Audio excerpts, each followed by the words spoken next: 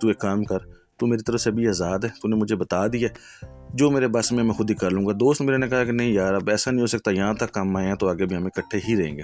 میں نے وہاں سے اپنی بائک نکالی, بائک نکال کے میں سیدھا بازار گیا, اپنے کزنوں کو تھوڑا واقعات سے آگاہ کیا. انہوں نے کہا ہاں ٹھیک ہے اگر تم کر رہے ہو تو کرو. یہاں پنڈی میں مشہور مچھلی بازار ہے, سب دوستوں کو پتہ ہے. وہاں جا کے میں نے ایک ہی سائز کی 1.25 کلو کی کوئی چٹانک 100 گرام اوپر نیچے ہوگی, لیکن میں نے ایک ہی سائز کی 11 مچھلیاں لیں. وہ تقریباً ہمارے پاس کوئی بوجھ بن گیا 20 کلو یا کچھ اس سے کم.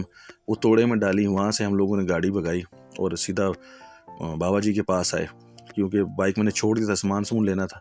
وہاں سے ہم گلیوں میں چلتے ہوئے دوبارہ, اب اس ٹائم پہ ہمیں لگ چکا تھا تقریباً کوئی مغرب عشاء کے درمیان کا ٹائم آ چکا تھا. جب واپس آئے دیکھا سیم ایز اٹ از, میں حیران رہ گیا کہ وہ بزرگ یا بابا جی وہیں پہ بیٹھے ہوئے ہیں یا عامل جہاں میں چھوڑ کے گیا تھا. نہ 1 انچ آگے نہ 1 انچ پیچھے, وہی انداز وہی سٹائل, سگریٹ لگی ہوئی ہے, بیٹھے ہوئے ہیں. لیکن اس بار ان کے ساتھ ایک اور بندہ بیٹھا ہوا تھا. اس بندے کی سچویشن یہ تھی کہ وہ درمیانی عمر کا بندہ تھا اور سیم حلیہ وہی بابا جی والا تھا. بال شال لمبے رکھے ہوئے تھے, داڑھی مونچھ تھی اور بے شمار منکے پہنے ہوئے اور انگوٹھیاں وغیرہ پہنی. بابا جی نے کہا جی کہ گاندھی گل پہ کردہ سوئے آ گئے, مطلب ہماری بات کر رہے تھے اور میں آ گیا. انہوں نے ہمارے سامنے کہا جی کرنا کی ہے. ہم نے کہا جی معاوضہ آپ طے کر لو, جو چیز بھی ہوگی. ظاہری بات ہے مفت میں تو یہ کام ہوگا نہیں. تو انہوں نے جو رقم مانگی وہ اتنی زیادہ نہیں تھی کہ ہم دے نہ پاتے. اور زندگی کا مسئلہ تھا, فیصل کی, تو ہمیں بچانا بھی تھا اس کو. ہم نے کہا جی ٹھیک ہے بابا جی کر لیں گے. انہوں نے جناب صاحب ہمارے سامنے مچھلیاں اٹھائیں. بابا جی نے ایسے ہوا میں ہاتھ اٹھا کے چٹکی بجائی اور کچھ پڑھنا شروع کر دیا. اب وہ کچھ پڑھ رہے تھے, آنکھیں جو ہے نا ان کی اپنے ہاتھ کی طرف دیکھ رہی تھی, اور میرے دیکھتے ہی دیکھتے ان کے ہاتھ میں سے دھواں نکلنا شروع ہو گیا.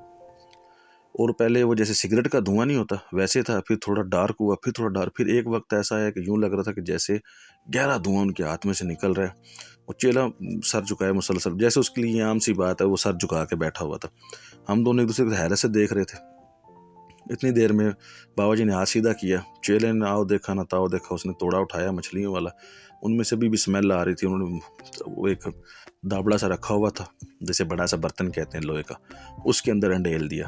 اچھا, ساری مچھلیاں ایک دم سے پھڑک کر کے باہر آ گئیں. ظاہری بات ہے وہ زندہ مچھلیاں تو تھی نہیں جو پرابلم کریٹ کرتی. اب چیلا نا مچھلی ہوا میں اٹھا کے کھڑا ہو گیا, اور اس نے نا مچھلی کے اندر جہاں پہ کٹ لگا ہوتا ہے وہاں پہ اس نے اپنی انگلی کے ذریعے جو ہے نا زور لگا کے سوراخ کیا. اور بابا جی ہمیں نہیں پتہ چلا, دوسرے ہاتھ میں ان کی کوئی تعویذ تھا, وہ ان کے ہاتھ سے لیا اور سوراخ میں ڈال دی. کیونکہ ہم نے مچھلی جو لائی تھی یہ پہلے بتا دیں کہ صاف ہوئی نہیں تھی, اندر سے کٹ نہیں لگا ہوا تھا. انہوں نے منع کیا تھا اس چیز سے. اب 11 مچھلیوں کے ساتھ یہی سلوک ہوا. تھوڑی دیر میں ایک دو, یہ تھوڑی دیر نہیں تھی, اس میں ہمیں ٹائم تو کافی لگ گیا. خیر لیکن یہ کہ ہم چپ کر کے دم سادے دیکھتے رہے, یہ ہو کیا رہا ہے. مچھلی کو صاف نہیں کیا, کٹ لگایا گیا. اب انہوں نے کہا جی کہ اس کو واپس توڑے میں ڈالو. ہم تو ظاہری بات ہے ہم تو آئے اسی کام کے لیے تھے, ہم نے واپس ساری توڑے میں ڈالی. اور پھر تھوڑی دیر میں بابا جی نے دونوں بازو اپنے بیڈ پہ رکھ دیے, جیسے ایک بندہ بڑی لمبی واک کر کے آیا ہو یا بڑا وزن اٹھا کے آیا اور سانس لے رہا ہو. تو کہہ رہے کام تہاڈا بھائیا ایڈا سوکھا نہیں ہے, کام تہاڈا بھارا ہے, لیکن اسی موڑی اسے ہاتھ پیندے پے ہیں. ٹھیک ہے نا, کیونکہ وہ جڑا اگلا گرو ہے وہی ساڈے نال دا گرو ہے, ایک 4 پیریاں آقا ہے. مطلب انہوں نے کہا جی کام آپ کا اتنا وزنی ہے لیکن ہم پھر بھی اس میں ہاتھ ڈالتے ہیں. جو آگے والا گرو ہے نا وہ بھی ہم سے ہے, ہمارے ہی علم کا گرو, مطلب ان کی جو سچویشن پڑھائی کی تھی برابر کی تھی, لیکن وہ 4 پیڑھی آگے کا تھا, مطلب وہ تھوڑا سا سینئر تھا یا زیادہ سینئر تھا. اساں کہا جی ٹھیک ہے بابا جی. اب اس دوران میں 10-11 بج گئے. انہوں نے کہا جی یہ کل راتی قبرستان جا کے نا تساں ایک قبر جڑی کچی قبر ہوئے نا تے انہاں دے پاسے تساں وہ مٹی پٹنی ہے تے وچے جا کے رکھ دینی ہے, مچھی جا کے وچ رکھ دینی ہے. مطلب آپ نے قبرستان جانا ہے اور ایک قبر کے اندر سے نا جو 11 قبریں ہوں گی ان کی مٹی اٹھا کے اس کے اندر رکھ دینی ہے مچھلی. اور اس کا جو دم ہے وہ سر والی سائڈ پہ ہو اور اس کا جو منہ ہے وہ پاؤں والی سائڈ پہ ہو. اب استاد جی یہ بات سن کے ہم نے کہا جی کل رات تو انہوں نے کہا جی رات ہندا کی پار ہو گیا. ہم نے مطلب رات کا کیا ٹائم ہو گیا. میں نے کہا جی یہ 11 10:30 11 تو بج گئے. انہوں نے کہا چاند چڑھن تو پہلے پھر آج ہی چلے جاؤ, مطلب ایک رات ایڈوانس کر دو, 11 دن میں تم لوگوں کو رزلٹ مل جائے گا. اور یہ جو ہے نا یہ آج رات جو ہے نا پڑھائی کرے گا. اس کی پڑھائی اگر نکل گئی مطلب چیلے کی, ٹھیک ہے, میں نے اس کو بتا دیا پڑھائی آج کی رات ہو جائے گی. بس آپ لوگوں نے صرف یہ کام کرنا ہے کہ جہاں یہ پڑھائی کر رہا ہو وہاں سے تھوڑی دیر فاصلے پہ بیٹھ جانا, تم لوگوں کو کچھ نہیں ہوگا, ٹھیک ہے. اور اس کی پڑھائی پوری ہو جائے, جب یہ اٹھ کے آئے تو اس کو بس یہاں چھوڑ کے چلے جانا, ٹھیک ہے. اگلے 11 دن میں تم لوگوں کا کام ہو جائے گا. پہلی بات تو یہ تھی کہ بھائی جان وہ پنجابی دی ایک مثال ہے کہ بلی تے بنی کاٹھ دی میاؤں کون کرے, مطلب بلی تو بن گئی لکڑی کی, یا میاؤں کون کرے گا کہ یہ کام کرنا کس نے ہے. میں نے اور دوسری بات یہ تھی کہ ڈر و خوف کا یہ عالم تھا کہ ہم لوگ یہ کام نہیں کبھی زندگی میں نہیں کیا تھا, تو اب یہ کیسے کرتے. تو ہم نے اس کے بھی بابا جی سے کہا کہ بابا جی اگر آپ تھوڑا سا معاوضہ بڑھا لیں تو یہ کام بھی آپ کے شاگرد ہی کر دیں, چیلا جی ہی کر دیں, تو ہمارے لیے تھوڑی سی آسانی نہیں ہو جائے گی. انہوں نے کہا جی آسانی تو نہیں ہوگی, یہ کام تم لوگوں میں سے ہی کسی کو کرنا پڑے گا. خیر ہم نے کہا جی چلے کر لیتے ہیں. میں کیونکہ میرے دماغ میں کچھ اور پلان چل رہا تھا, میں نے سوچا کہ باہر نکلتے دوسرے کزنوں کو فون کرتا ہوں, ان کو بلاتا ہوں, ٹھیک ہے, تو کچھ نہ کچھ تو گزارا چلانا ہی ہے. میں نے خیر کال کر کے 2-4 دوستوں سے جو کزن تھے ہمارے ان سے بات کی کہ آ جاؤ. انہوں نے کہا جی ٹھیک ہے, کون سے قبرستان میں آ رہے ہو. تو ایک پرانا قبرستان ہے ادھر, آپ لوگوں کو پتہ ہوگا یہاں پہ, وہاں کا ہم نے پلان کر لیا کہ وہاں ہی چلتے ہیں, کیونکہ رات کو رش بھی نہیں ہوتا, وہ پولیس والے بھی نہیں گھوم رہے ہوتے. چلو ہم نے کون سا کوئی وہاں پہ غیر قانونی کام کرنا تھا, کسی انسان کی جان ہی بچانی تھی نا. تو پلان کے تحت ہم سارے وہاں پہنچ گئے. وہاں سے میرے 3-4 کزن بھی آ گئے, چیلا بھی ہمارے ساتھ تھا. تو خیر چاند جو ہے نا وہ دیکھا تو پورا ہونے والا تھا. چیلے نے اپنا کڑا لگایا, وہ اس کے اندر چلا گیا اور کہتا ہے کہ آپ لوگوں نے میری طرف نہیں آنا, ٹھیک ہے, مجھے دور سے دیکھو اور میرا انتظار کرو اور جو ہے نا اپنا کام شروع کر دو. ہم نے کہا جی ٹھیک ہے.